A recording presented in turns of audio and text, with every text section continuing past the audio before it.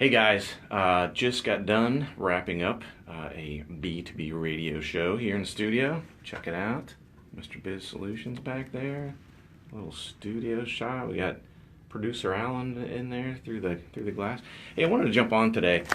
This was something that's a cash flow issue, but a lot of people try to fix their cash flow by increasing their prices. And sometimes, frankly, that is a great idea.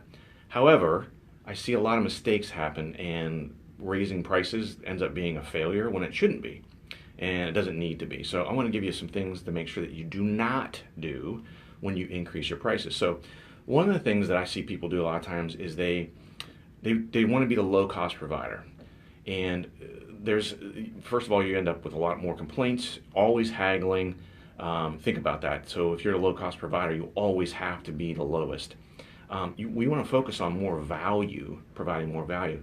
So for example, if being the lowest cost provider, if that was the most important thing, then why wouldn't the cheapest car be the most popular, right? People would go out and say, what's the cheapest car I can get? Give it to me, let's go. No, that's not the case, obviously. Look at it this way, if you needed heart surgery, would you go out and say, hey, give me the cheapest heart surgeon you can find? No, you wouldn't, of course. So you want to focus on value, not being the lowest cost provider. The other thing a lot of people I see do is when they're talking about pricing and costing, etc., they focus only on gross margin. So what I mean by that is gross margin is your sales or your revenue minus the cost to produce that particular item. So your labor, your materials, etc. So for example, if you sell an item for $10 and it costs you $4 in total to produce it, your gross margin in that case would be $6, or in this case, 60%. The problem is when people look at that pricing in that way and they say, oh, my margins are 60%. They're not. Because what gross margin does not take into account is all of your administrative and overhead expenses. Things like rent, utilities, insurance, marketing, IT expense, all that kind of stuff is not included in gross margin. So you end up with a false sense of profitability, and that's definitely a big risk, and you don't want to do that. Instead, what you want to do is you want to look at including that and having a all-in type of situation. Some phone issues here, sorry about that. You want to have an all-in pricing structure. And another thing that people do along those lines is they price at a cost plus instead of value, like I mentioned earlier. And so a cost plus is they figure out how much it costs them to produce something, and they say, okay, I want to make 20% more. So it costs me $10 to provide this service. I want a 20% margin, so I'm going to charge $12. There's a couple of different things that go wrong with that system, and a lot of people use that system.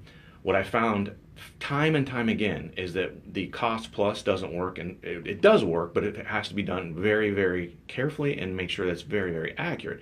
So think about it, if your cost that you're calculating, that $10 in the example I gave you, if you're off and you haven't included everything, now you're not making the profit that you thought. So in that example I gave where it costs you $10 and you're charging 12, if it actually costs you $11.50 and you're only charging 12, now you're only making 50 cents, right? So massive difference. So you want to make sure you're doing that.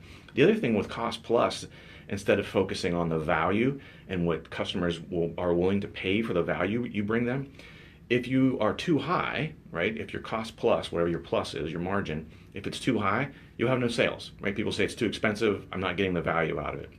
On the flip side, if it's too low, you're wasting a lot of revenue opportunity there, right?